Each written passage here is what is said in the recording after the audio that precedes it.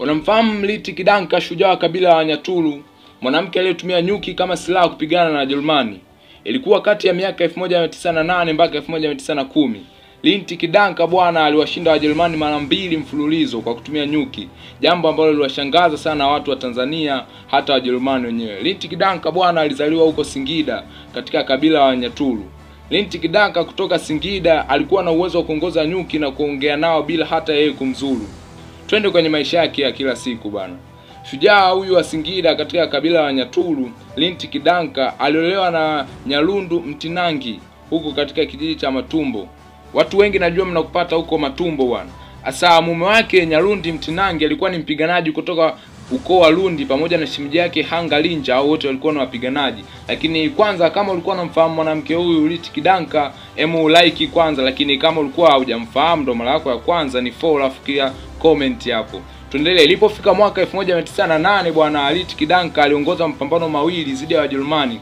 Mafanikio yake bwana, aliweza kumuua kamanda wa Kijerumani kwa jina alikuwa anaitwa Saus. Mwaka 1909 aliweza kumuua huyu kamanda wa Kijerumani Saus.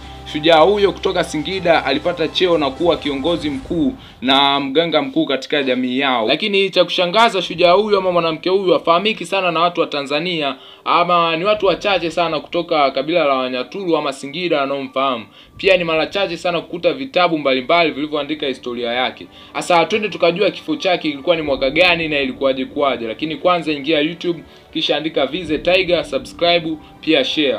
Lakini kama wanavyosema ndege wawili wafananao huruka pamoja, basi kifo chake yeye na mume wake kiliwakuta pamoja. Ilikuwa ni mwaka 1910 ambapo Wajerumani walivamia nyumbani kwao huko kijijini kwao Matumbo na kuwaua. Lakini sababu ya kifo chao ni kipi bwana?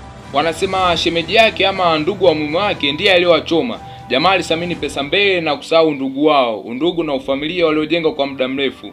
Na huo ndio ukawa mwisho wa shujaa ama mwanamke aliongoza jeshi la nyuki kupigania uhuru, Liti Kidanka.